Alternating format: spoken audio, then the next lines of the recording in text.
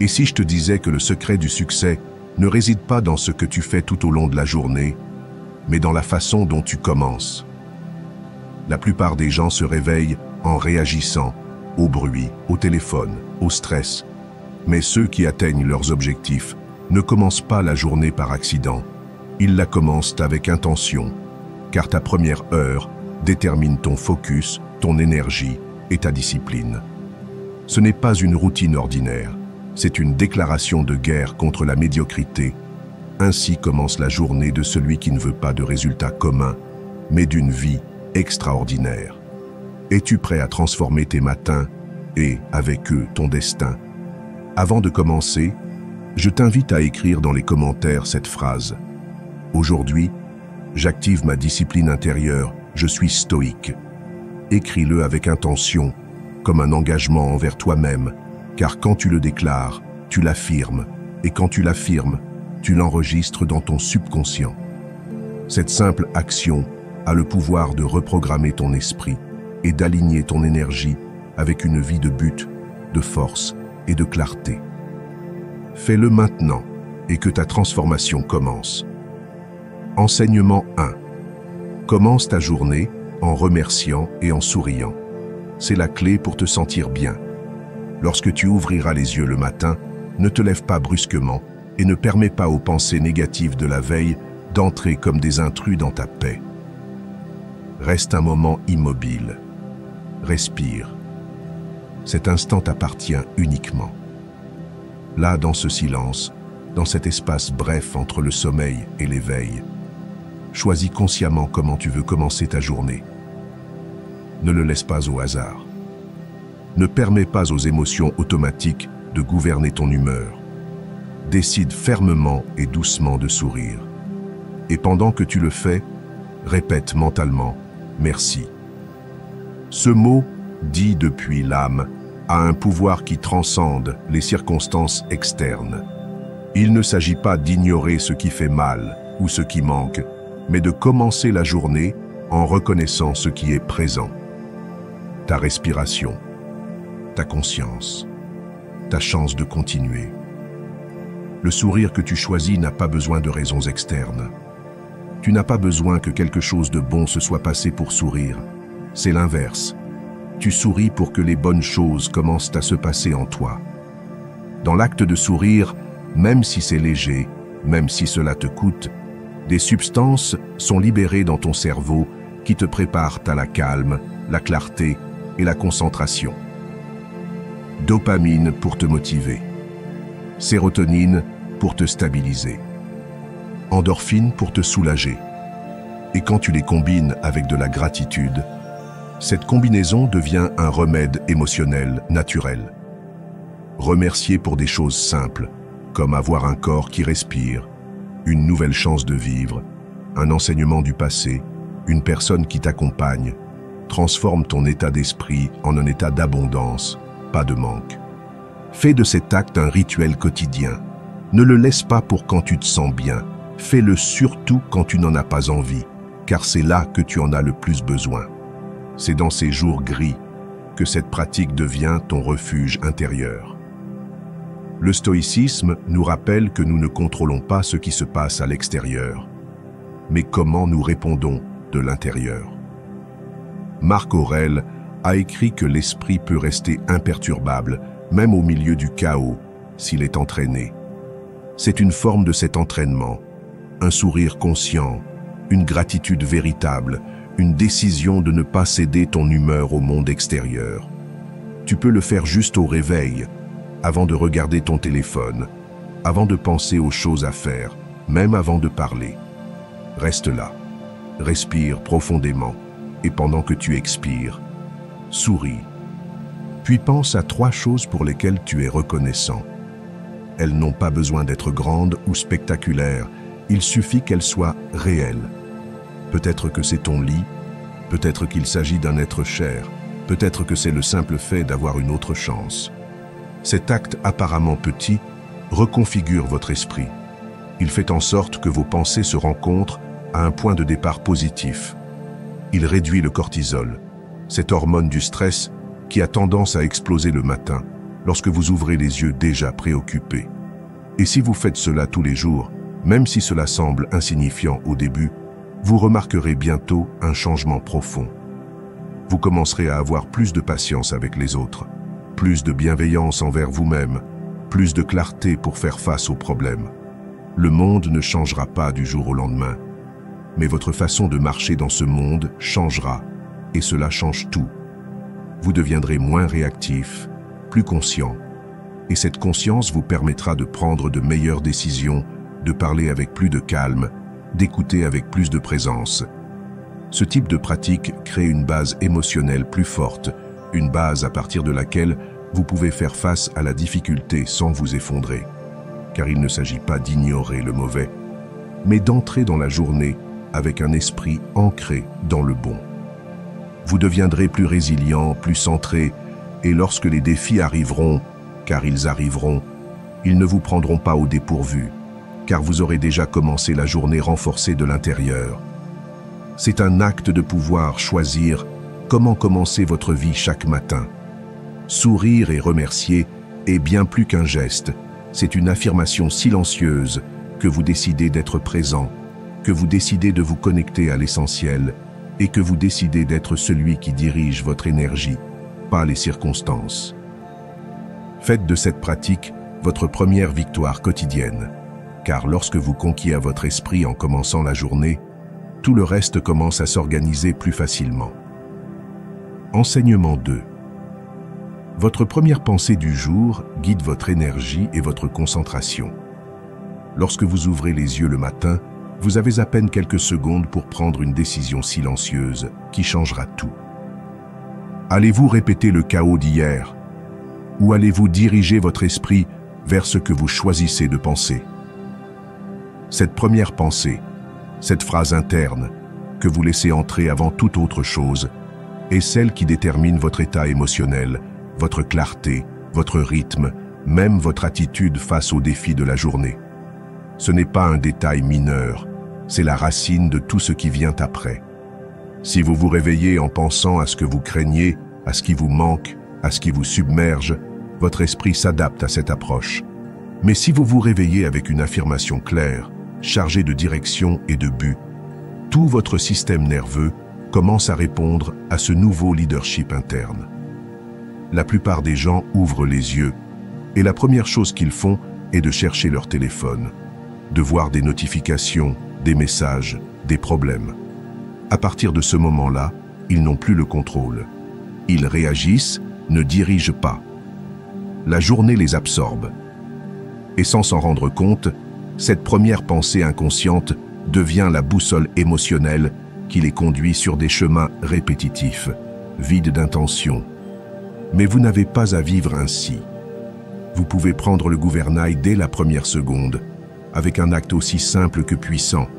Décidez quoi penser en vous réveillant, car ce que vous pensez en vous réveillant devient le filtre avec lequel vous interpréterez tout le reste. Imaginez qu'en ouvrant les yeux, sans toucher votre téléphone, sans parler à personne, sans même vous lever, vous placez une pensée claire dans votre esprit, comme « Aujourd'hui j'avance fermement vers mon but » ou « Aujourd'hui je suis discipline, clarté et action ». Cette phrase, si vous l'avez préparée la veille, et si en la répétant vous lui donnez de l'émotion, de la visualisation et de l'engagement, s'installe comme une graine puissante. Ce n'est pas juste une répétition vide, c'est une programmation consciente, une affirmation interne qui agit comme un rappel, comme une ancre, comme une direction. Et avec cette direction, tout dans votre journée commence à s'aligner. Faites l'essai. La veille, avant de dormir, écrivez sur une feuille, pas sur votre téléphone, une phrase qui représente votre intention pour le lendemain. Cela peut être une attitude, un objectif, une qualité que vous souhaitez cultiver. Qu'elle soit simple, concrète et puissante. Lisez-la avant de dormir. Et au réveil, avant toute autre chose, répétez-la. Fermez les yeux un moment. Respirez. Visualise comment vous vous déplaceriez ce jour-là si vous étiez déjà aligné avec cette phrase. Si vous étiez déjà cette version de vous-même qui agit à partir de cette pensée.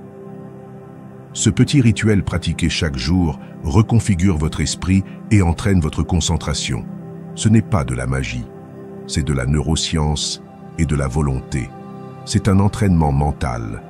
Si chaque matin vous commencez la journée avec une pensée aléatoire, vous remettez le contrôle de votre vie au hasard. Mais si vous décidez consciemment de votre première pensée, vous affirmez qui commande en vous. Et cela vous transforme. Cela vous donne une stabilité émotionnelle. Cela vous renforce face à l'adversité. Cela vous donne une direction, même lorsque l'environnement est incertain. Une seule phrase peut vous soutenir toute la journée. Elle peut vous empêcher de vous distraire. Elle peut vous rappeler que vous êtes plus fort que vos excuses, plus ferme que vos doutes. Mais cette phrase ne peut pas être improvisée. Elle doit être choisie avec intention, écrite avec un but, chargée de signification. Parce que c'est ainsi qu'elle devient efficace. Et ce n'est pas quelque chose que vous faites une fois. C'est quelque chose que vous faites chaque jour, jusqu'à ce que cela devienne une partie de vous. Du point de vue stoïque, ce moment au réveil est sacré. Marc Aurèle disait qu'en ouvrant les yeux, le devoir de chacun est de se préparer mentalement à tout ce qui vient. Cette première pensée n'est pas le fruit du hasard, c'est un outil de maîtrise personnelle. Commencez la journée en gouvernant votre esprit et ne laissez pas le bruit extérieur vous voler le pouvoir de décider comment vivre. Car celui qui contrôle la première pensée contrôle le reste de la journée. Et celui qui contrôle ses jours construit son destin. Enseignement 3. Respiration énergétique pour activer le corps et l'esprit. Dès le réveil, avant que le bruit du monde ne vous atteigne, donnez à votre corps et à votre esprit un coup de pouce conscient. N'attendez pas que l'énergie arrive d'elle-même. Ne comptez pas sur le café ni sur l'enthousiasme. Provoquez-la vous-même. Activez-la avec l'arme la plus puissante et naturelle que vous avez, votre respiration. Mais pas n'importe quelle respiration. Je parle d'une respiration vivante, intentionnelle, vigoureuse, celle qui réveille chaque cellule, qui purifie votre intérieur et qui ouvre la porte à un esprit concentré et à un corps éveillé. Levez-vous, dos droit. Ancrez bien vos pieds au sol, comme si vous enfonciez des racines. Détendez les épaules. Fermez les yeux si vous le souhaitez. Et maintenant, commencez. Abaissez les bras. Ensuite, levez-les avec force, en inspirant par le nez. Et abaissez-les avec intention en expirant, également par le nez. Inspiration en haut, expiration en bas. Un mouvement rythmique, fort, connecté. C'est ce qui active votre système. C'est ce qui réveille votre sang, ce qui oxygène votre cerveau, ce qui efface le brouillard mental que vous apportez parfois du sommeil. Faites-le 30 fois. Ensuite, faites une pause. Laissez votre corps ressentir. Peut-être que vous remarquerez de la chaleur, un picotement, peut-être une nouvelle légèreté. C'est votre énergie vitale qui se réveille. Ce n'est pas un hasard. C'est de la biologie. C'est de l'intention. Ensuite, faites un deuxième tour et si vous le pouvez, un troisième. Vous n'avez pas besoin de plus de 5 minutes pour transformer complètement votre état intérieur. 5 minutes qui font la différence entre commencer la journée endormi ou commencer la journée comme quelqu'un qui a pris les rênes. Et pendant que vous le faites, ne respirez pas seulement. Concentrez-vous. Visualisez comment l'énergie entre, comment votre concentration s'active, comment l'esprit se nettoie des préoccupations inutiles. Ce n'est pas un exercice physique, c'est un acte de pouvoir. Une déclaration silencieuse qui dit « Je suis ici, présent, prêt à agir ». Ne sous-estimez pas ce rituel. Ce qui se passe dans votre physiologie impacte directement votre état émotionnel et mental. Lorsque vous oxygénez votre cerveau de cette manière, vous améliorez votre capacité de décision, réduisez l'anxiété et élargissez votre présence. Faites-le chaque matin, même lorsque vous n'en avez pas envie. Surtout lorsque vous n'en avez pas envie, car c'est à ce moment-là que vous en avez le plus besoin. Ces jours où tout pèse, où le corps se sent lent, où l'esprit veut retourner au lit, c'est là que se forge ton caractère. C'est là que le guerrier intérieur se lève et respire. Parce que tu n'as pas besoin de motivation. Tu as besoin d'action. Et cette action commence avec l'air que tu décides de déplacer. Et si tu en fais une habitude, si chaque matin tu donnes à ton corps cet accueil énergétique, tu ne seras pas seulement plus éveillé. Tu seras plus vivant, plus fort, plus concentré. Tu ne réagiras pas à ce que la journée apportera. Tu seras prêt à l'affronter, à le construire, à le dominer. Les stoïciens savaient que le corps ne doit pas être ignoré, que l'esprit s'entraîne, oui, mais le corps est le véhicule. Si tu ne l'actives pas, si tu ne prends pas soin de lui, si tu ne le prépares pas, tout le reste vacille. Comme le disait Épictète, ne t'inquiète pas pour ce que tu ne contrôles pas, mais pour ce que tu contrôles, entraîne-le avec rigueur. La respiration, le mouvement, la posture, tout cela, tu le contrôles. Alors commence chaque jour avec force, pas dans la précipitation, pas dans la paresse.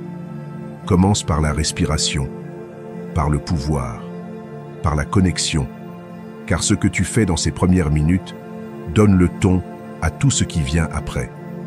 Et si tu maîtrises cet instant, tu maîtrises ta journée. Respire comme si ton énergie en dépendait, car elle en dépend. Enseignement 4. Se préparer au défi avec une mentalité positive. Avant que la journée ne te frappe avec ses imprévus, arrête-toi et fais quelque chose que la plupart des gens ne font pas. Prépare-toi mentalement. Pas pour que tout se passe parfaitement, mais pour que, quoi qu'il arrive, tu sois prêt. Parce que les problèmes ne préviennent pas, ils apparaissent. Et quand cela arrive, il n'y a que deux types de personnes, celles qui se brisent et celles qui étaient déjà prêtes à les accueillir avec un esprit fort et une attitude inébranlable. Il ne s'agit pas de penser que tout sera facile. Il s'agit de savoir que même si cela se complique, tu sauras y faire face. Pense à cela comme un entraînement invisible. Tout comme un athlète se prépare avant le match, tu dois te préparer avant que ta journée ne commence. Ferme les yeux un instant, respire profondément et visualise les défis possibles, non pas depuis la peur, mais depuis la préparation. Imagine que quelque chose ne se passe pas comme tu l'espérais, que quelqu'un ne répond pas bien, qu'un imprévu survient. Maintenant, imagine-toi répondant avec fermeté, sans perdre ton calme, sans permettre à cela de décider pour toi comment tu vas te sentir. Imagine-toi agissant avec concentration, avec clarté. C'est cela, avoir le contrôle. Ce type de visualisation positive face aux défis a un impact réel sur ta biologie. Des études en psychologie de la performance le prouvent. Lorsque tu entraînes ton esprit à attendre le difficile, mais à réagir avec puissance, ton système nerveux se stabilise, ta réponse au stress se régule et ta capacité à prendre des décisions s'améliore. Ce n'est pas de l'autosuggestion vide, c'est de la discipline émotionnelle. C'est anticiper ce qui pourrait venir, mais sans angoisse, avec une stratégie mentale. Souvent, ce qui nous ruine la journée n'est pas ce qui se passe, mais comment nous réagissons à cela. Et nous réagissons mal parce que cela nous prend par surprise, parce que nous pensions que tout devait se passer comme nous l'avions prévu.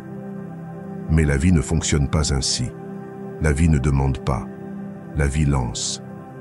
Et c'est pourquoi tu dois être prêt à l'avance, avec un esprit renforcé, avec une attitude de « quoi qu'il arrive, je ne vais pas me briser, je vais répondre, pas réagir, je vais rester centré ». Cette attitude positive n'est pas naïve. Ce n'est pas sourire de manière forcée face au chaos. C'est comprendre que chaque défi apporte une leçon, une opportunité, une possibilité de grandir. Quand tu le vois ainsi, même les situations les plus difficiles deviennent une partie de ton entraînement personnel. Et cela te donne un énorme avantage sur les autres. Parce que pendant que d'autres s'effondrent, tu avances. Pendant que d'autres se plaignent, tu apprends. Pendant que d'autres abandonnent, tu deviens plus fort. Prépare-toi le matin, fais-en une habitude. Avant de commencer ta journée, Imagine le pire qui pourrait arriver et prépare-toi à le traverser avec le meilleur de toi-même. Ne te nourris pas de peur, mais de conviction. Fais en sorte que ta première pensée ne soit pas « j'espère que rien ne va mal », mais « je suis prêt pour ce qui vient ». Cette seule phrase peut changer ton état intérieur et te transformer en quelqu'un d'imperturbable. Le stoïcisme le résume ainsi: ce qui est en dehors de toi peut changer, mais ton attitude envers cela est toujours sous ton pouvoir. C'est ta force, c'est ta liberté. Peu importe si le monde devient un chaos, tu décides si tu deviens une partie du chaos ou l'ancre qui reste ferme au milieu de la tempête. Car ce n'est pas avoir une vie sans problème qui te donne la paix. C'est avoir un esprit préparé à les affronter qui te donne la véritable liberté. Alors demain, quand tu ouvriras les yeux, ne pense pas seulement à ce que tu souhaites accomplir, pense aussi à ce que tu pourrais surmonter et souris. Car chaque défi sera une autre opportunité de te prouver que tu n'es plus celui que tu étais avant. Maintenant, tu es prêt. Enseignement 5. Pose des questions profondes qui éveillent à ta meilleure version. Au réveil, avant de laisser le bruit du monde envahir ton esprit, arrête-toi et pose une question. Mais pas n'importe quelle question. Ne laisse pas ta première pensée être « que dois-je faire aujourd'hui ? Qui m'a écrit ? Ou pourquoi est-ce que je me sens comme ça ?»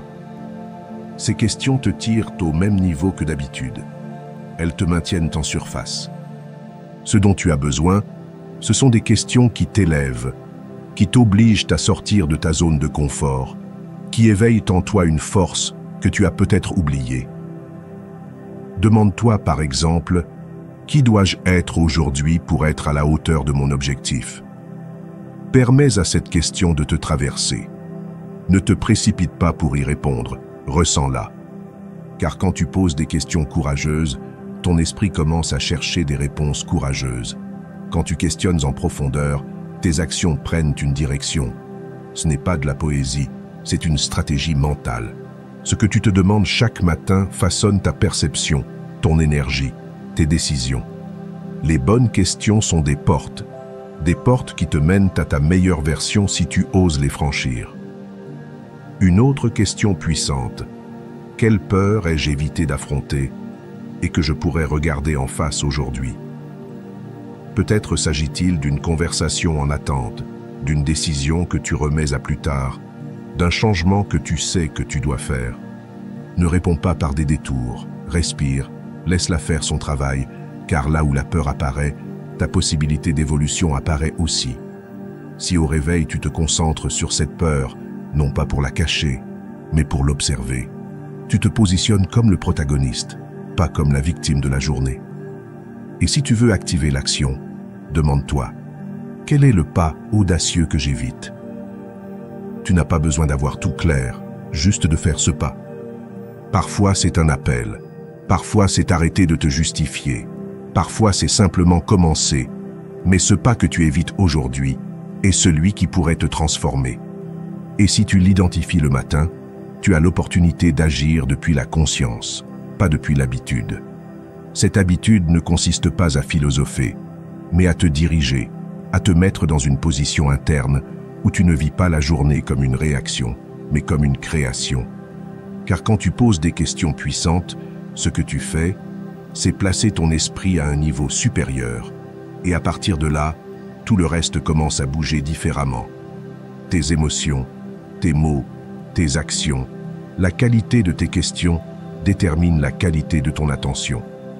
Fais-le chaque jour, même quand tu es pressé, surtout quand tu es pressé, car c'est dans ces moments-là que tu tombes le plus facilement dans l'automatique, et l'automatique t'éloigne de ta grandeur. Une seule question bien posée peut te servir de guide pour toute la journée. Quand tu sens que tu captes fait défaut, souviens-toi de la question du matin, retourne-y, demande-toi si tu vis comme quelqu'un qui prend sa réponse au sérieux. Et si un jour tu as du mal à trouver une bonne question, souviens-toi de celle-ci. Que ferait ma meilleure version aujourd'hui? Cette question est un miroir, elle te reflète, te confronte et t'inspire aussi. Car tu sais déjà ce que tu dois faire. Tu avais juste besoin de te le rappeler à un niveau plus profond. Le stoïcisme nous rappelle que nous ne pouvons pas contrôler ce qui se passe, mais nous pouvons contrôler comment nous interprétons ce qui se passe, et les questions sont une façon d'interpréter, une façon de décider depuis quel endroit mental tu vas agir. Marc Aurèle disait que la qualité de ta vie dépend de la qualité de tes pensées, mais avant la pensée, il y a la question qui la génère. Alors, ne commence pas ta journée avec de petits doutes, commence avec de grandes questions, des questions qui dérangent, des questions qui éveillent, des questions qui te font grandir. Car quand tu oses poser des questions différemment, tu commences à vivre différemment. Et quand tu t'habitues à penser en hauteur, tu ne peux plus revenir à vivre en bas. Enseignement 6. Sors à l'extérieur, sors de chez toi, non seulement comme un acte physique, mais comme une décision consciente de te reconnecter avec la vie réelle, pas celle qui te parvient par des écrans, pas celle qui se mesure par des notifications, mais celle qui se ressent sur la peau, dans l'odeur de l'air, dans la lumière qui touche ton visage.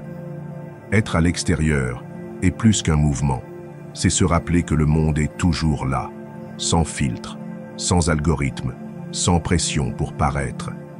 Dehors, tu n'as pas à rivaliser, tu dois juste être, et cela, en ces temps, est un acte révolutionnaire. Beaucoup passent des heures à faire défiler avec le doigt ce qu'ils pourraient vivre avec leurs pieds. Nous avons échangé le ciel réel contre un écran, la conversation spontanée contre des commentaires vides, l'expérience sensorielle contre des données mortes, et nous en payons le prix fort, avec de l'anxiété, de la fatigue mentale, avec une sensation subtile de nous perdre quelque chose qui n'arrive jamais. Mais il suffit de sortir se promener, de regarder un arbre, de respirer profondément au soleil, pour que ce brouillard se dissipe. Tu n'as pas besoin d'une grande aventure, juste d'air frais, juste de revenir à ton corps. Fais-en une habitude quotidienne, ne le laisse pas pour quand tu auras du temps libre. Sors, même si c'est juste pour 15 minutes. Peu importe si c'est une rue connue ou un nouvel endroit. Peu importe si tu es seul ou accompagné. Ce qui compte, c'est que tu te déconnectes du bruit que tu as dans ta poche et que tu te reconnectes avec ce qui t'entoure. Regarde autour de toi. Écoute, observe. Marche sans destination claire. Permets-toi de ne rien faire d'autre que d'être présent dans le monde physique. Quand tu le fais, ton esprit change, le stress diminue, la pensée s'éclaircit, ton corps s'allège. Il existe des études qui montrent que le contact avec la nature diminue les niveaux de cortisol, améliore l'humeur et restaure la tension mentale.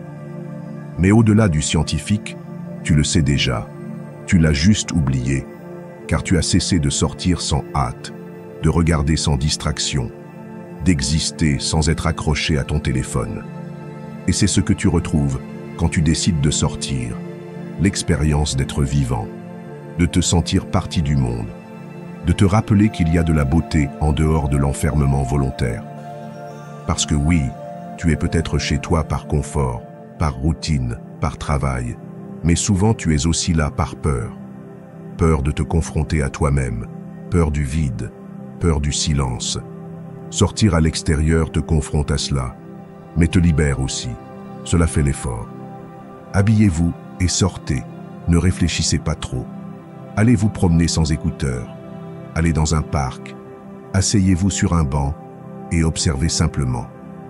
Peut-être entendrez-vous vos propres pensées plus clairement.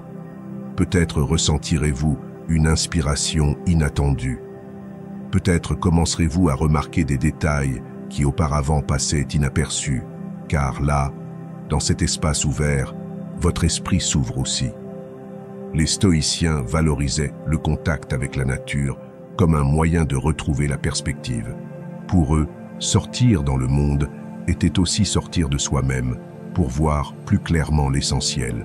Épictète enseignait que la véritable liberté réside dans ce qui ne dépend pas de l'artifice et dehors, dans la simplicité, dans le vivant, dans ce qui ne peut pas être contrôlé. Il y a quelque chose qui te rappelle qui tu es au-delà du bruit. Alors n'attends pas d'être épuisé pour sortir. Sors pour éviter d'en arriver là. Sors pour ta santé mentale. Sors pour la clarté émotionnelle.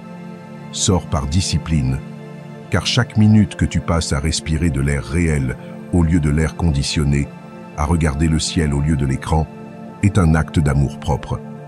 Et avec le temps, cette petite habitude te donnera quelque chose que aucun téléphone ne peut te donner, la sensation d'être vraiment présent dans ta vie. Enseignement 7. Reconnais et annule tes excuses dès le premier instant. En ouvrant les yeux le matin, le premier ennemi n'est pas le froid, ni la fatigue, ni le jour qui t'attend. Le premier ennemi est ton esprit, cette partie qui chuchote d'une voix douce. 5 minutes de plus. Aujourd'hui n'est pas le meilleur jour. Je commence demain. Ces phrases ne sont pas des pensées innocentes. Ce sont des excuses déguisées. Et si tu ne les reconnais pas à cet instant, elles prennent le contrôle de ta journée avant même que tu mettes un pied hors du lit. Les excuses ont un talent silencieux pour sembler raisonnables. Mais ce ne sont pas des raisons, ce sont des pièges. Tu dois être impitoyable avec elles. Tu dois les attraper avant qu'elles ne te dominent. C'est pourquoi, dès que tu te réveilles, identifie quelle excuse essaie de te dominer. Peut-être que c'est « je n'en ai pas envie »,« je n'ai pas le temps »,« je ne sais pas par où commencer ». Ne les ignore pas, écris-les, regarde-les en face. Et ensuite, en dessous, écris une vérité qui les annule. Une vérité qui te redonne le pouvoir. Par exemple, « je n'en ai pas envie » devient mon engagement. Cela ne dépend pas de ce que je ressens. Cela dépend de ce que je décide de faire. Je n'ai pas le temps devient « si j'ai le temps de me trouver des excuses, j'ai le temps d'agir ». Cet acte si simple, écrire l'excuse et écrire la vérité, t'oblige à cesser de réagir et à commencer à te diriger. Ne laisse pas la première pensée de la journée être un saboteur. Remplace-la, défie-la, et ensuite, fais quelque chose. Pas quelque chose de grand, pas quelque chose de parfait, juste quelque chose d'immédiat. Lève-toi, fais une pompe, bois de l'eau, ouvre le carnet, brise l'inertie. Car quand tu agis, même avec un petit pas, l'excuse perd de son pouvoir. Tu cesses d'être victime de tes pensées et tu deviens celui qui dirige. N'attends pas d'avoir de la motivation. La motivation n'est pas le point de départ, c'est le résultat. Commence, et elle viendra ensuite. Mais si tu attends de te sentir prêt, tu retarderas toute ta vie. Car les excuses ne disparaissent pas avec le temps. Elles se renforcent si elles ne sont pas affrontées. Elles sont comme des ombres. Elles ne se dissolvent que lorsque tu allumes la lumière. Et la lumière, dans ce cas, c'est ta décision. Fais-en un rituel. Chaque matin, avant que le bruit ne te consume, prends 5 minutes et demande-toi « Quelle excuse suis-je sur le point de croire aujourd'hui ?» Écris-la. Ensuite, écris-la à l'envers et agis. Cet petit exercice mental est une déclaration de guerre contre la passivité. Cela te sort du mode victime et te met en mode action. Il n'y a pas d'excuse plus forte qu'une volonté bien entraînée. Et c'est ce que tu es en train de construire. Un esprit qui ne se laisse pas tromper. Un caractère qui ne cède pas au premier obstacle. Avec le temps, tu commences à reconnaître des schémas. Tu découvres que ce sont toujours les mêmes excuses avec des noms différents. L'esprit paresseux est créatif, mais prévisible. Et tu peux anticiper. Tu peux arrêter de négocier avec elle. Parce qu'à chaque fois que tu acceptes une excuse, tu rejettes une opportunité. Et chaque fois que tu choisis la vérité, plutôt que l'auto-tromperie, tu renforces ton identité. Depuis le stoïcisme, cette pratique est essentielle. Reconnaître l'illusion, éliminer l'auto-tromperie et agir avec clarté. Comme le disait Sénèque, ce n'est pas que nous ayons peu de temps, mais que nous perdons beaucoup. Et une grande partie de ce que nous perdons, nous le remettons sur un plateau aux excuses. Mais tu n'es pas ici pour justifier l'inaction. Tu es ici pour avancer, pour construire un esprit qui se lève même quand le corps ne le veut pas, pour former un caractère qui ne cherche pas des chemins faciles, mais des chemins justes.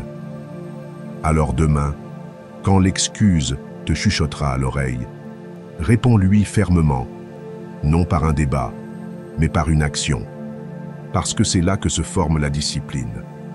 Pas dans le grand, pas dans le visible, mais dans cette petite victoire silencieuse au début de la journée.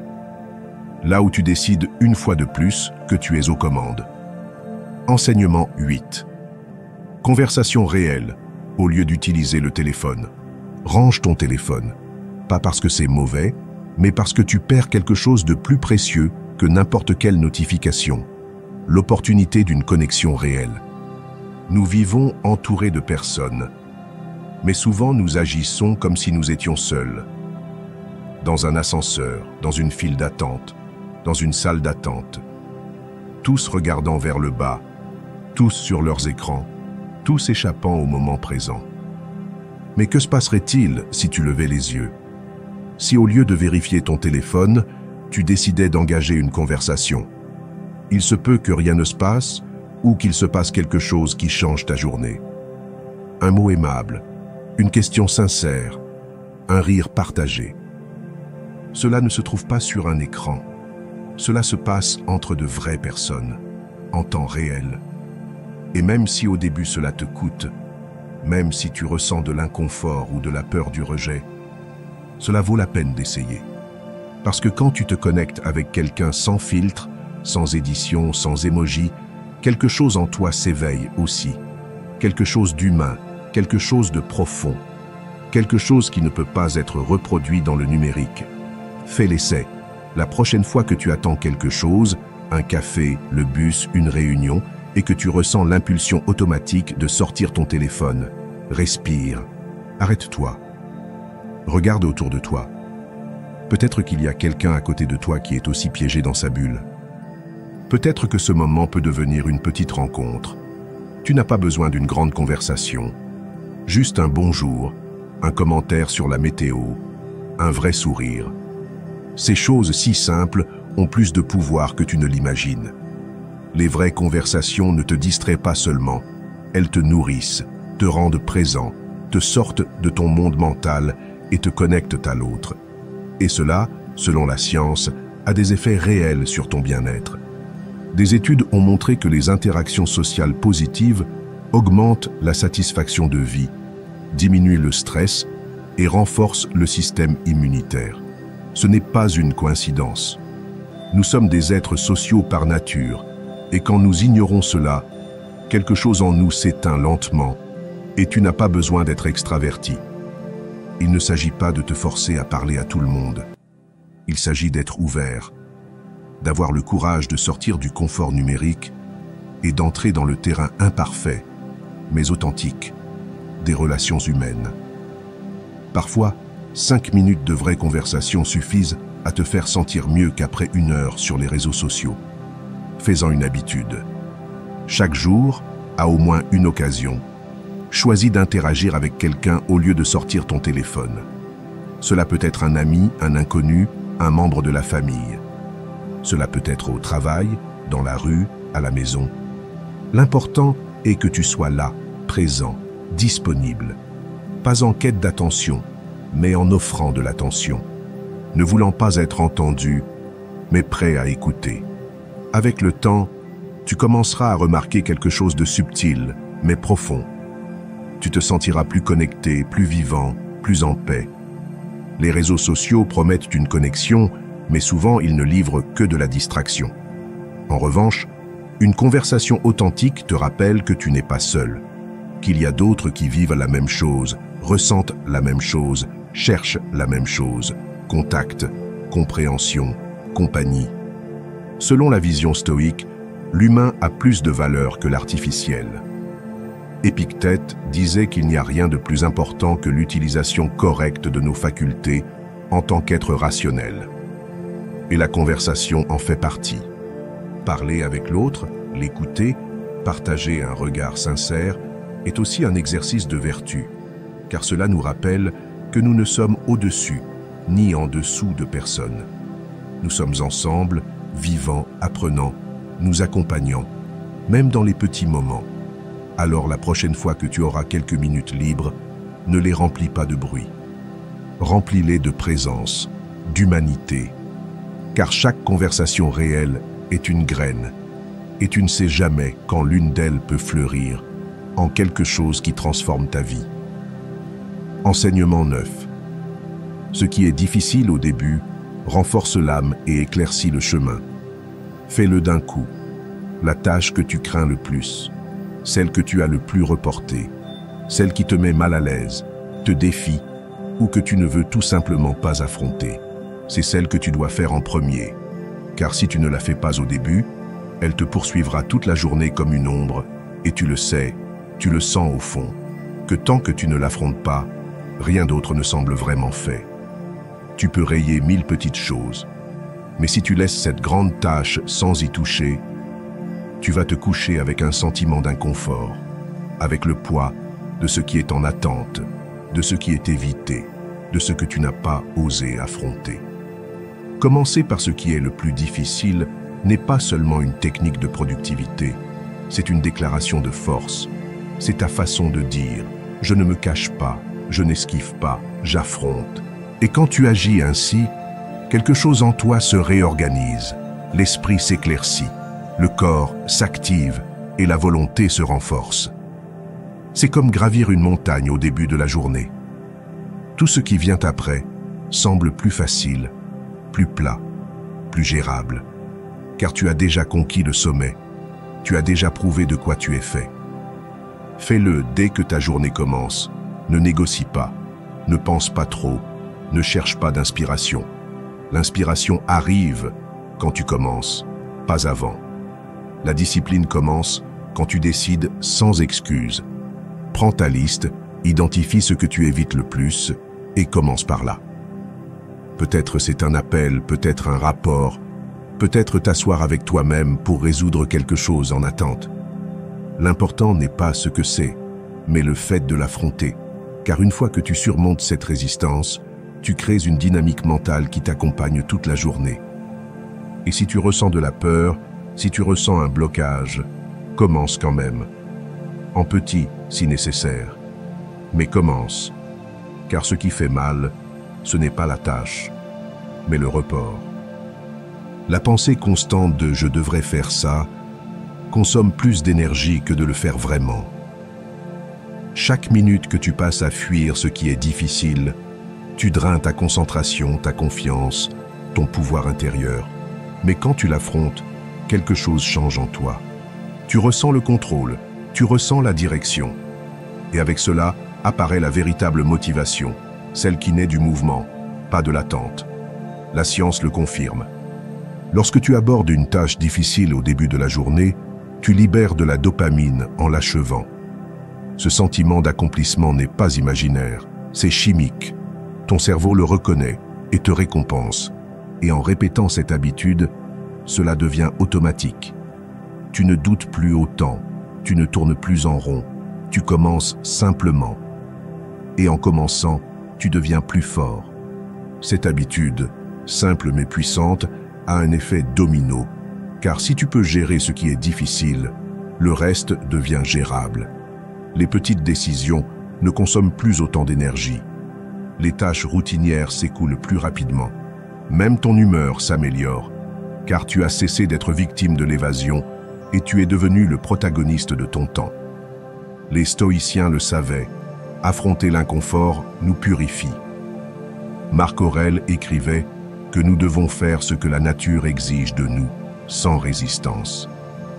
Et ce que la vie exige de toi aujourd'hui, c'est que tu affrontes avec courage ce qui te coûte le plus. Non pas par punition, mais par évolution.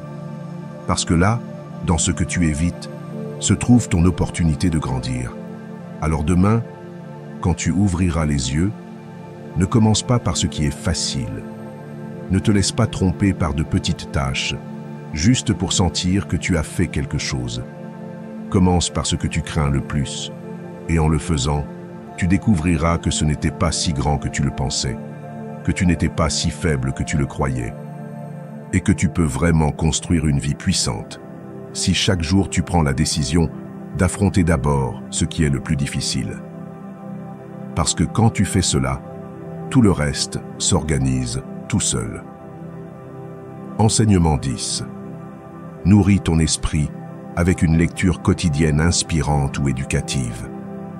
Consacre quelques minutes chaque jour à alimenter ton esprit avec des mots qui élèvent ta vision, pas avec du bruit qui la distrait.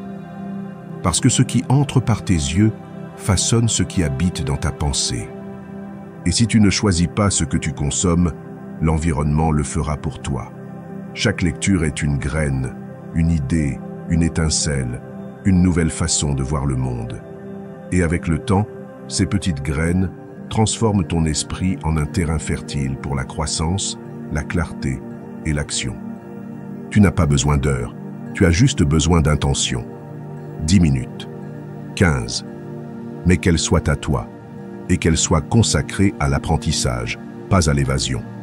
Choisis des textes qui te défient, qui ne te divertissent pas seulement, mais qui te réveillent. Biographie, philosophie, développement personnel, science, spiritualité. Ce dont tu as besoin pour grandir, pour penser plus profondément, pour agir plus clairement. Quand tu lis avec attention, tu te formes, tu affines ta pensée, ton langage, ta capacité à comprendre et à décider. Et cela à une époque où la plupart sont distraits, te donne un avantage. Un esprit entraîné ne s'effondre pas devant le chaos. Un esprit nourri ne tombe pas proie à la confusion. Fais-le le matin si tu peux, avec l'esprit frais, sans interruption, avant que la journée ne t'entraîne. Que ce premier aliment mental ne soit pas un réseau social, ni un message, ni un titre alarmant. Que ce soit une page, une phrase, une réflexion qui t'inspire à vivre avec intention. Et si le temps est limité, profite des interstices de la journée. Écoute un livre audio pendant que tu te déplaces. Lis quelques lignes pendant la pause déjeuner. La clé est de ne pas laisser passer un seul jour sans être nourri intérieurement. Et tiens un journal, non pas pour copier des phrases d'autrui, mais pour écrire ce qu'elles t'ont provoqué, ce qu'elles t'ont fait penser, quelle partie de toi elles ont activé, quelle idée tu pourrais appliquer. Parce que lire sans réfléchir est comme manger sans digérer. Ça remplit, mais ça ne transforme pas. En revanche, quand tu notes, quand tu écris, quand tu traites, tu fais de cette idée la tienne. Tu la connectes à ta vie. Et alors oui, elle devient connaissance vivante. Ne cherche pas la quantité, cherche la profondeur. Tu n'as pas besoin de terminer un livre par semaine. Tu as besoin qu'un seul paragraphe te touche suffisamment pour prendre une décision, changer une attitude, élever ton standard. Lire n'est pas accumuler des données, c'est provoquer des transformations. Et ces transformations se produisent lorsque tu es présent, lorsque tu lis les yeux ouverts et l'âme attentive. Si tu fais de la lecture une habitude quotidienne, tu commenceras à remarquer des changements subtils mais profonds. Tu auras plus de clarté pour prendre des décisions, plus de vocabulaire pour t'exprimer, plus de perspective pour ne pas réagir sous l'impulsion. Te lire te rend plus libre, car cela élargit ton monde intérieur. Et plus ton monde interne est riche, moins tu dépends de l'extérieur pour te sentir en paix. D'un point de vue stoïque, nourrir l'esprit est une obligation, non pas comme un luxe, mais comme une partie du devoir d'être humain. Épictète enseignait que nous ne sommes pas perturbés par les choses, mais par l'interprétation que nous en faisons. Et comment améliorer cette interprétation? En éduquant l'esprit, en cultivant la pensée, en lisant ce qui élève, qui corrige, qui guide. Alors, si chaque jour tu nourris ton corps avec de la nourriture, pourquoi ne pas faire de même avec ton esprit? Fais le même si tu es fatigué. Fais le même si tu ne lis qu'une page. Fais-le parce que chaque mot choisi avec intention est un pas de plus vers une version de toi plus forte, plus sage, plus éveillée. Car au final, la différence entre un esprit stagnant et un qui fleurit réside dans ce que tu choisis de consommer chaque jour. Et c'est toi qui décides. Tu choisis si ta lecture t'endort ou te transforme. Enseignement 11. Prioriser la protéine au petit déjeuner. Ce que tu manges en te réveillant détermine comment ton énergie, ton appétit et ta concentration se comportent le reste de la journée. Si tu commences par des pains, des jus ou des céréales sucrées, Ce que tu fais, même si tu ne le ressens pas immédiatement, c'est te lancer dans des montagnes russes de glucose. Tu te sentiras bien pendant un moment, oui, mais ensuite vient la chute, et avec elle, la faim, l'irritabilité, les envies. Cette chute n'est pas une faiblesse de ta part, c'est ton corps qui réagit à ce que tu lui as donné. C'est pourquoi il est si important de décider ce que tu mets dans ton assiette au début. La clé est la protéine. Lorsque tu choisis de commencer la journée avec au moins 30 grammes de protéines, tu envoies un signal clair à ton métabolisme. Aujourd'hui, il y a de la structure. Aujourd'hui, il y a de l'ordre. Aujourd'hui, il y a du contrôle. Les protéines ne nourrissent pas seulement tes muscles, elles stabilisent également ta glycémie, réduisent le désir impulsif de grignoter entre les repas, activent la thermogénèse, ce processus où le corps brûle des calories en digérant, et soutiennent ton énergie beaucoup plus longtemps. Tu n'as pas besoin d'un petit déjeuner gigantesque, tu as besoin d'un petit déjeuner intelligent.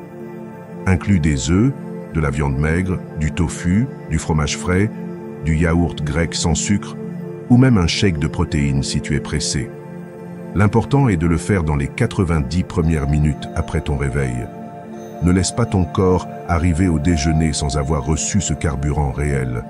Si tu le fais, ton esprit sera plus concentré, ton corps plus rassasié, et ta journée commencera avec une ancre métabolique solide. Fais-en partie de ta routine. Tout comme tu te brosses les dents, priorise la protéine.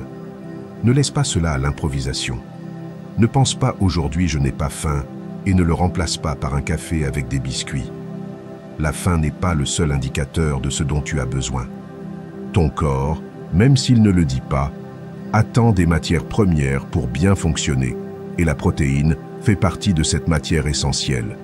Elle te maintient solide, elle te donne de la structure, elle t'aligne avec l'action, pas avec la faiblesse. Cette habitude impacte également ta composition corporelle. Si tu cherches à perdre de la graisse, à maintenir du muscle, ou simplement à avoir plus de contrôle sur ce que tu manges pendant la journée, commencer par la protéine est l'une des décisions les plus efficaces. La science le confirme. Dans des études cliniques, les personnes qui priorisent la protéine le matin ne mangent pas seulement moins le reste de la journée, mais rapportent également moins d'anxiété alimentaire et plus de clarté mentale. Et si cela te semble difficile au début, ajuste progressivement. Tu n'as pas besoin de devenir chef. Tu peux préparer quelque chose la veille. Tu peux répéter des options simples qui fonctionnent. L'important est que tu sois constante, que tu comprennes que ce que tu fais chaque matin n'est pas un détail. C'est une déclaration d'ordre, de respect pour ton corps, de concentration. Les stoïciens enseignaient que le corps doit être au service de la vertu, pas du plaisir immédiat. Et cela commence par la discipline dans les petites choses. Prioriser la protéine n'est pas seulement de la nutrition, c'est de l'autocontrôle. C'est choisir ce qui te renforce plutôt que ce qui te soulage pendant un moment. C'est honorer ta journée dès le premier acte. Ne cherche pas la perfection. Cherche l'intention. Et chaque fois que tu prépares ton petit déjeuner, souviens-toi-en. Ce n'est pas juste de la nourriture, c'est un message que tu envoies à tout ton système. Un message de soin, de structure, de pouvoir. Parce que lorsque tu commences la journée en choisissant ce qui est juste, le reste de la journée s'organise autour de cette décision. Et avec le temps, cette habitude qui semblait petite devient une base puissante pour ton énergie, ta clarté et ta discipline. Parce qu'il ne s'agit pas seulement de ce que tu manges, mais de la façon dont tu commences. Et la façon dont tu commences change tout. Enseignement 12. Essayer de nouvelles choses et sortir de ta zone de confort. Fais quelque chose de différent aujourd'hui. Pas parce que tu t'ennuies, mais parce que ta croissance en dépend. La routine peut être confortable, mais elle peut aussi devenir une prison déguisée en sécurité. Et si chaque jour tu fais la même chose, que tu penses de la même manière et que tu empruntes les mêmes chemins, alors tu ne vis pas. Tu répètes. Ton esprit stagne, ton âme s'éteint, ton corps s'engourdit. Et tout cela se produit lentement, sans que tu t'en rendes compte, jusqu'à ce qu'un jour tu te réveilles et que tu te sentes vide sans savoir pourquoi. Ce qui manque, c'est le défi. Ce qui manque, c'est la nouveauté. Ce qui manque, c'est ce coup de pouce qui te sort de ce que tu connais et te propulse vers une nouvelle version de toi. Tu n'as pas besoin de faire quelque chose d'extrême. Il ne s'agit pas de sauter en parachute, ni de déménager dans un autre pays. Il s'agit de micro-décisions quotidiennes qui te mettent juste assez mal à l'aise pour te faire grandir. Peut-être que c'est prendre un chemin différent. Peut-être que c'est parler à quelqu'un de nouveau. Peut-être que c'est commencer un cours, jouer d'un instrument, lire sur quelque chose que tu n'as jamais exploré. Peu importe la taille du changement. Ce qui compte, c'est que cela te force à te réveiller. Chaque fois que tu fais quelque chose de nouveau, quelque chose change en toi. Le cerveau crée de nouvelles connexions, l'esprit s'élargit et ta confiance en toi se renforce parce que tu te montres que tu peux t'adapter, que tu peux apprendre, que tu peux avancer. La zone de confort n'est pas seulement un espace physique ou professionnel. C'est aussi mental. C'est cette limite invisible où tu ne doutes plus, mais où tu ne grandis pas non plus. Et si tu ne la franchis pas, tu te prives de tout ce que tu pourrais être. Fais l'exercice d'essayer quelque chose de nouveau chaque jour, non par obligation, mais comme un entraînement, comme une façon de garder vivante ta flamme intérieure. Cela peut être aussi simple que de changer ton ordre au petit déjeuner, ou aussi profond que de commencer à étudier quelque chose qui t'a toujours intimidé. L'important est que tu le fasses en pleine conscience, que tu le ressentes, que ton corps et ton esprit réalisent que quelque chose de différent se produit, car c'est là que commence la transformation.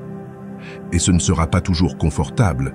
Parfois tu ressentiras de l'inconfort, de l'insécurité, voire de la peur. Mais ce n'est pas un signe que tu dois t'arrêter. C'est le signe que tu es sur la bonne voie. Parce que la croissance ne se produit pas dans la facilité. Elle se produit lorsque tu t'exposes à l'inconnu.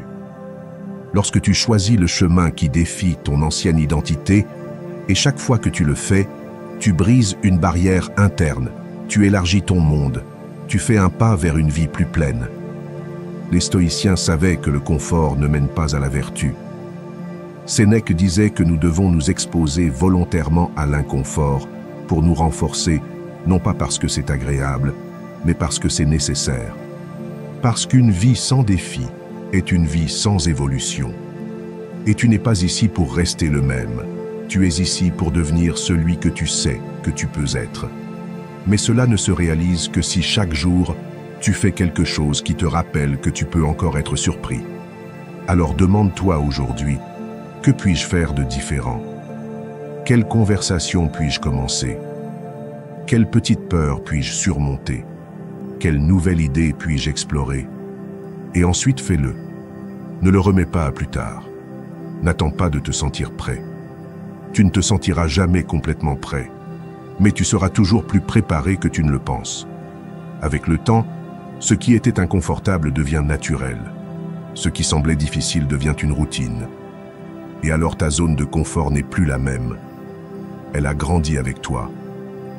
Et c'est ce qui compte, ne pas rester où tu es, mais avancer. Ne pas rester en sécurité, mais chercher la vérité. Sors, explore, fais des erreurs, ris, apprends. Et à la fin de la journée, demande-toi si tu as été courageux avec quelque chose. Si tu as fait au moins un petit acte d'audace. Parce que si tu l'as fait, alors aujourd'hui tu as vraiment vécu. Enseignement 13. Le véritable pouvoir réside dans l'exécution, pas seulement dans la connaissance. Savoir n'est pas suffisant. Lire, écouter, comprendre. Tout cela est utile, mais inutile si tu ne l'appliques pas. Tu peux remplir ton esprit d'idées brillantes, accumuler des livres, prendre des notes, regarder des centaines de vidéos. Mais si tu ne fais rien avec ça, tu es au même point qu'hier. Le véritable pouvoir n'est pas dans ce que tu sais, mais dans ce que tu fais avec ce que tu sais. L'information est un potentiel, l'exécution est une transformation. Et chaque fois que tu retardes une action en prétextant que tu es encore en train d'apprendre, tu ne fais que retarder ton évolution. Tu dois agir. même si tu ne te sens pas prêt, même si tu n'as pas tout résolu, même si tu as peur. Parce qu'attendre que la motivation arrive, c'est comme attendre que le temps soit parfait tous les jours. Cela ne va pas arriver. Il ne s'agit pas d'agir quand tu te sens inspiré. Il s'agit d'agir parce que tu t'es engagé, parce que tu as décidé que ta croissance ne dépend plus de tes émotions, mais de tes valeurs. Fais-le tous les jours. Fais quelque chose de petit, concret, discipliné.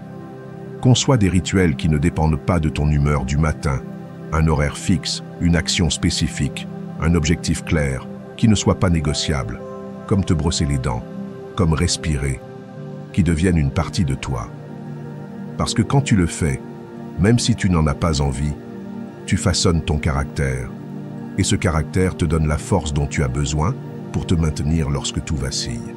Chaque fois que tu choisis d'agir, plutôt que de simplement penser, tu entraînes ton pouvoir personnel. Tu construis une véritable confiance, celle qui ne vient pas de savoir beaucoup, mais de faire, même si tes mains tremblent. Celle qui naît lorsque tu franchis la barrière de l'excuse et que tu agis, même si c'est avec un pas minime. Parce que la constance pèse moins que le regret de n'avoir rien fait. Applique ce que tu sais. Tu as lu quelque chose de puissant. Essaie-le. As-tu entendu une idée qui t'a touché? Utilise-la. As-tu appris un outil? Exécute-le aujourd'hui. Ne dis pas « demain j'essaie ». Ne dis pas « quand j'aurai plus de temps ». Le temps se crée par l'action. L'espace mental se nettoie quand tu bouges, car la paralysie par analyse est réelle, et beaucoup sont là, piégés dans un cycle éternel d'apprentissage, sans rien transformer. La différence entre quelqu'un qui progresse et quelqu'un qui stagne n'est pas la quantité de connaissances, mais la fréquence de leur application. L'un répète, pratique, ajuste, insiste. L'autre reste à attendre le moment idéal. Et ce moment n'arrive jamais, car le moment idéal est maintenant. Celui-ci, celui que tu as devant toi, incomplet, imparfait, réel. Fais de la discipline ton encre, non pas comme une punition, mais comme un cadeau. Car quand tu fais ce que tu as dit que tu allais faire, même si personne ne te voit, tu deviens quelqu'un de digne de confiance, pour toi-même.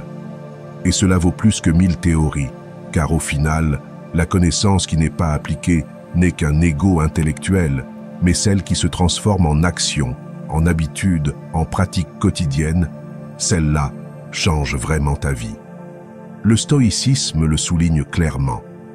Nous ne sommes pas ce que nous disons croire, mais ce que nous prouvons par nos actions quotidiennes. Épictète disait qu'il ne suffit pas de lire sur le bien, il faut le pratiquer. Il ne suffit pas de comprendre la vertu, il faut la vivre. Et cela ne s'obtient qu'avec un effort conscient, avec des pas réels, avec une exécution constante. Alors aujourd'hui, arrête de procrastiner. Prends une chose que tu sais et transforme-la en acte. Que ta connaissance cesse d'être une belle théorie et devienne une pratique vivante. Parce que quand tu agis, quand tu fais, quand tu appliques, alors tu avances, alors tu grandis, alors tu honores ta connaissance par des faits. Parce que le véritable pouvoir n'est pas dans le savoir, mais dans l'action. Enseignement 14. Utilisation d'un registre pour maintenir la productivité. Emporte un carnet avec toi, pas un numérique, pas une note sur le téléphone, un vrai carnet, un espace physique où ton esprit peut clarifier ce qui doit être fait. Parce que faire confiance à la mémoire est une erreur coûteuse.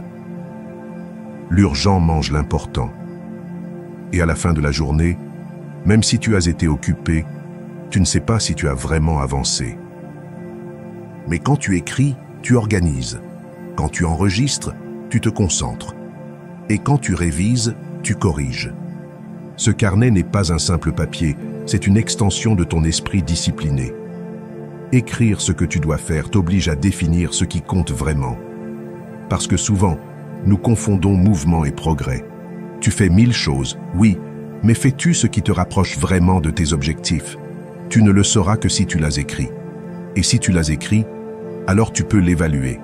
Tu peux prioriser, tu peux rayer, tu peux terminer la journée, en sachant que ce n'était pas juste une somme d'actions. mais une construction intentionnelle de résultats. Chaque matin, ouvre ton carnet.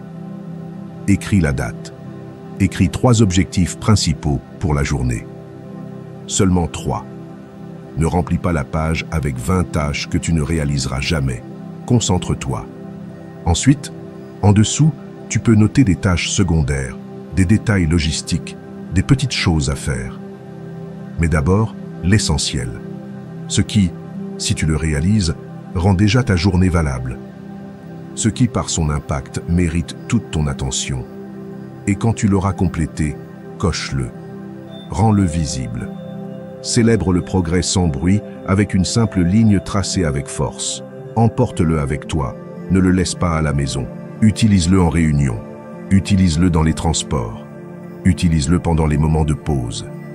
Quand ton esprit vagabonde, retourne à ton carnet. Pas comme une punition, mais comme un guide.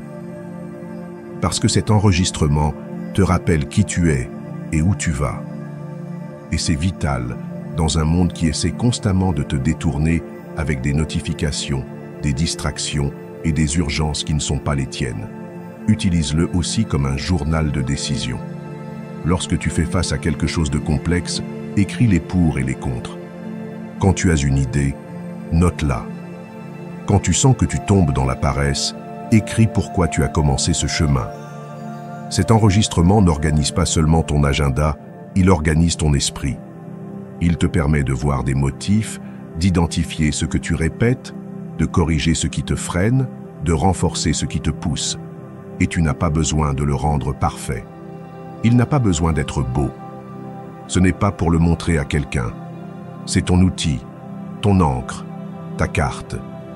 Un espace sacré où tu planifies ta journée, diriges ton énergie et évite que ton attention soit détournée par ce qui n'est pas important. Parce que dans ce carnet, tu enregistres aussi ton caractère, ta discipline, ta constance. Depuis le stoïcisme, enregistrer la vie quotidienne était une pratique centrale. Marc Aurèle, l'un des empereurs les plus puissants du monde, écrivait chaque jour pour clarifier ses pensées et renforcer sa vertu. Il n'écrivait pas pour les autres, il écrivait pour lui-même. Pour se rappeler que la clarté n'est pas un don, c'est un acte volontaire, et que l'esprit a besoin de direction ou il sera entraîné par le chaos extérieur. Donc, ne le sous-estime pas. Un simple carnet peut te donner plus de contrôle que l'application la plus sophistiquée. Parce qu'écrire à la main t'oblige à penser, à sentir, et en le faisant, tu entres en contact avec une partie plus lucide de toi, celle qui n'agit pas par impulsion, mais par intention. Fais de cet enregistrement ton outil de pouvoir, ton espace de concentration, ta pratique quotidienne d'organisation. Parce que quand tu écris ce que tu dois faire, ce que tu apprends, ce que tu décides, tu ne vis plus à la dérive. Tu vis avec un cap, et quand tu vis avec un cap, chaque jour cesse d'être un accident et devient une œuvre. Enseignement 15. Incorporer l'ail cru dans l'alimentation comme un diluant naturel du sang et un protecteur cardiovasculaire. Inclus de l'ail cru dans ta routine quotidienne. Pas par mode, pas par conseil de grand-mère, mais comme un acte intentionnel de soin de soi qui renforce ta santé de l'intérieur. Cette petite gousse d'ail que beaucoup méprisent pour son odeur est en réalité l'un des remèdes naturels les plus puissants que tu peux incorporer. Lorsque vous le broyez et le laissez reposer, l'allicine est libérée, un composé aux propriétés anticoagulantes, anti-inflammatoires et antioxydantes qui agit directement sur votre système cardiovasculaire. Et si vous le faites régulièrement, vous remarquerez comment votre corps réagit.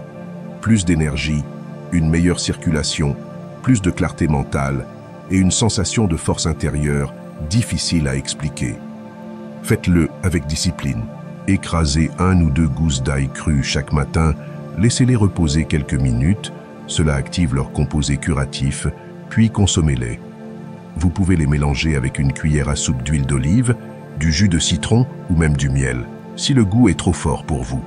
L'important est que cela devienne une habitude, un rituel de santé, un geste de respect pour votre corps qui travaille chaque jour pour vous soutenir.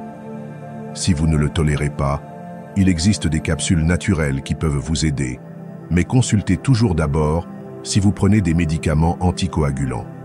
Ce geste quotidien n'est pas seulement une prévention, c'est un alignement. Vous choisissez de garder votre organisme propre, votre sang fluide, votre cœur protégé. Et cela se ressent dans votre vitalité, votre résistance, votre morale. Car lorsque le corps fonctionne bien, l'esprit fonctionne aussi. L'inflammation diminue, la pression se régule, les vaisseaux sanguins s'ouvrent. Votre système fonctionne comme il le doit.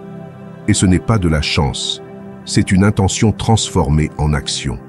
De plus, l'ail renforce le système immunitaire. Vous n'avez pas besoin d'attendre d'être malade pour prendre soin de votre santé. Faites-le dès maintenant tous les jours, avec de petits actes qui s'additionnent en silence. Car souvent nous nous occupons de tout ce qui est externe, travail, objectif, relations. Et nous oublions ce qui est le plus essentiel, le corps qui soutient tout cela. À quoi bon réaliser de grandes choses si votre santé s'effondre? À quoi bon l'ambition si vous n'avez pas d'énergie pour en profiter? Le stoïcisme l'exprime simplement. Ce qui dépend de vous, vous devez le maîtriser, et votre santé, votre auto-soin, votre alimentation font partie de ce que vous pouvez contrôler. N'attendez pas d'avoir une alerte médicale pour changer. Changez maintenant, avec des actes aussi simples que celui-ci. Car lorsque vous choisissez l'ail au lieu du désordre, la prévention au lieu de la négligence, vous entraînez votre caractère en plus de votre corps, vous choisissez consciemment de vivre avec clarté, fermeté et but. Il ne s'agit pas de devenir obsédé, il s'agit de prendre vos responsabilités, car tout ce que vous faites avec votre corps a un impact sur votre esprit, votre énergie, votre capacité à accomplir ce que vous êtes venu faire. Et si vous pouvez commencer chaque matin avec une décision puissante comme celle-ci, vous êtes déjà en train de gagner, non pas par la quantité de choses que vous faites, mais par la qualité de ce que vous choisissez. Faites de l'ail votre symbole, non seulement comme aliment, mais comme acte, comme rappel que votre bien-être dépend de ce que vous cultivez chaque jour. Vous ne verrez peut-être pas de résultats immédiats, mais vous le construisez en silence. Santé, résistance, longévité. Et cela, à long terme, vaut plus que tout plaisir momentané.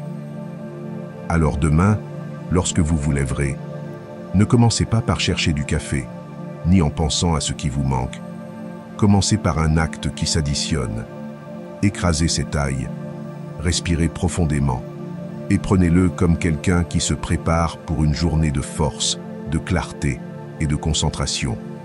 Car ce petit geste a le pouvoir de transformer votre biologie et de vous rappeler que la discipline, même dans la simplicité, est une forme d'amour-propre. Si vous êtes arrivé jusqu'ici, ce n'est pas un hasard. On peut voir que vous êtes engagé dans votre transformation et que vous n'êtes pas prêt à continuer à vivre en pilote automatique. Maintenant, réaffirmez cet engagement, allez dans les commentaires et écrivez à nouveau « Aujourd'hui, j'active ma discipline interne, je suis stoïque ». Que cette phrase reste gravée dans votre esprit comme un ordre, pas comme une option, car chaque fois que vous la répétez, vous vous rapprochez de la version forte, concentrée et disciplinée de vous-même. C'est votre moment. Activez-le.